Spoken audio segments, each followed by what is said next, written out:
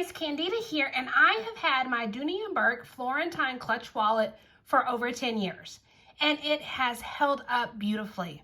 This is by far my favorite wallet, and so here it has the button closure on front.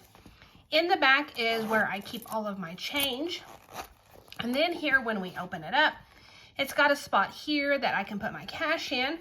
It's got another little spot here. This is usually where I put like business cards or receipts, things like that. And then it's got here a spot for my debit cards, my medical cards, anything like that.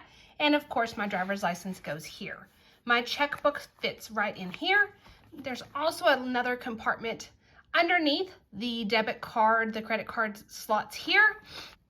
And you can also put either extra checkbook registers, you can hide some cash back here.